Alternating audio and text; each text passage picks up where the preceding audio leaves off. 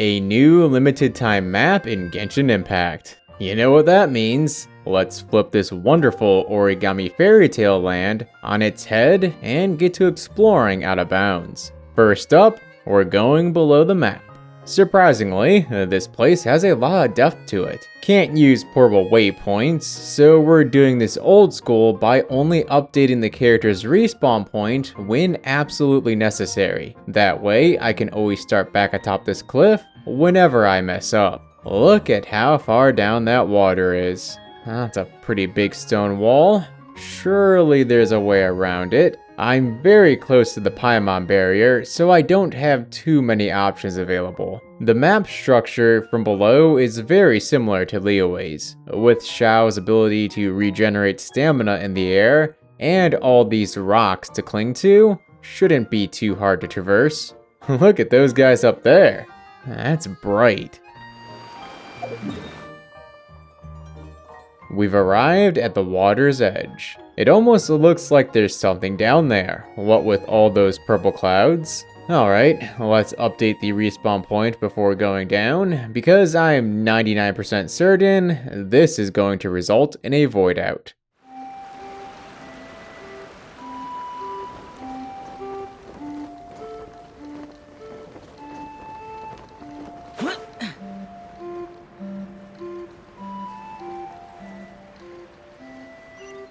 Not seeing anything down here. What happened to the sky? More importantly, what happened to all the land above me? That's weird. There's a giant texture over the lowest portion of the map that you can't see through. Usually they put these kind of things in areas where there are holes underground that you can look out of, but have never seen one span the entire map. What else is there to see? This tree town on the map looks intriguing, and the landmass it sits upon reaches really far below the map. Highly suspicious. And that a teleport barrier surrounds it from below? That's even more suspicious.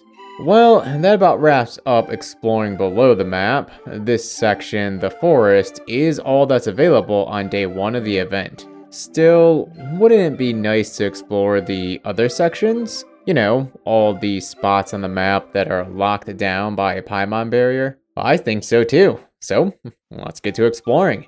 Once again, going old school with the Sayu trick. How convenient of them to give her long stretches of flat track to roll across. That almond dude wants us to wait days for the Maritime Express? Well, why wait when we have the Sayu Express? This works because Genshin has 2 types of Paimon barriers. The one that surrounds the map is the kind that will teleport you away after a few seconds.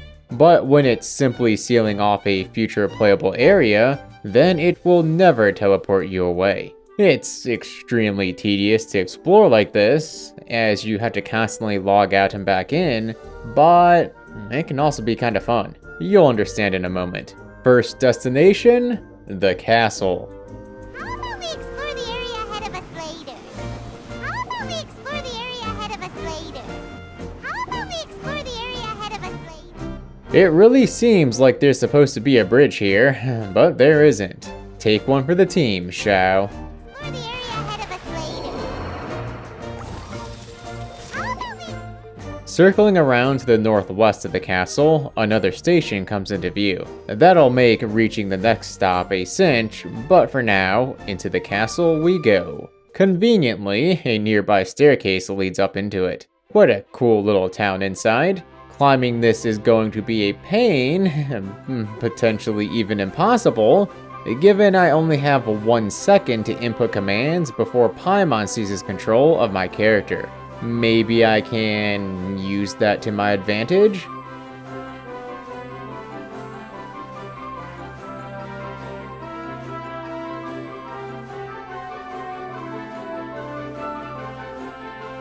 Like for crossing this gap. Yeah, I think this will work. I just have to get my glider out in time, and Paimon takes it from there. This kind of puzzle solving is why exploring with Sayu like this can sometimes be fun. This is tricky.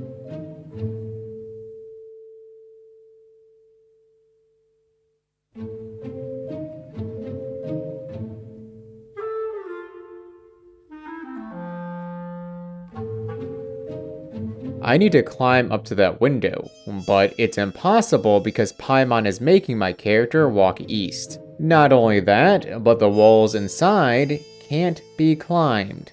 Gonna need to trick Paimon into helping again. If I can line this up just right, then she'll help Sayu climb all the way to the top from the outside of the tower. Perfect. Not what I expected to see at the top of the castle. A yellow and purple checkered floor, some sort of contraption at the far end, and a statue of what I presume is one of the goddesses from the Simulanka story. I know we'll be seeing this stuff without glitching in a day or two, but totally worth the effort to see it early. Alright, Xiao. Time for you to take another one for the team.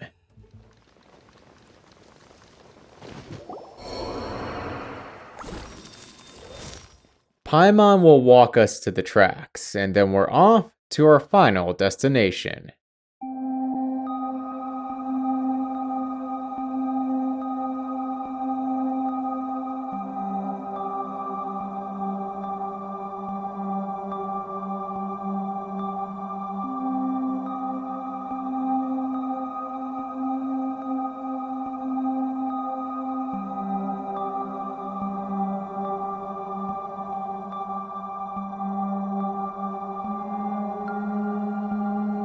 This new Paimon dialogue is interrupting Sayu's role. I guess it's all on foot from here on out.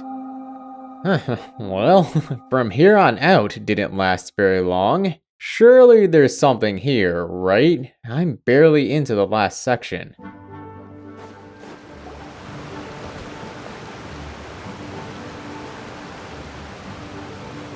Okay, there is indeed quite a bit.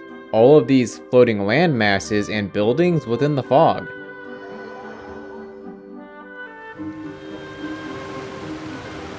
A really nice background as well. Let's slow it down, freeze frame it without the Paimon barrier vignette. That's super cool. And also, the end of the road, or track. Paimon keeps taking me south, and there's no way for me to close these gaps with only 1 second of inputs. If the Paimon barrier glitch still exists, then it's easy to reach the end because you don't have to deal with Paimon. To clarify, I'm talking about that glitch that lets you freely walk beyond the Paimon barrier. But from what I know, the devs have been patching new methods of that glitch basically every update since 4.2. And it seems that 4.8 also patched some stuff for it. So there you have it. A sneak peek at what's to come in the Simulanka story. Originally, the whole point of this was to unlock Kirara's outfit on the first day. However, all collectible items, NPCs, and interactable objects, save for generic plants like mint, are not loaded in. The devs have certainly gotten smarter about these things.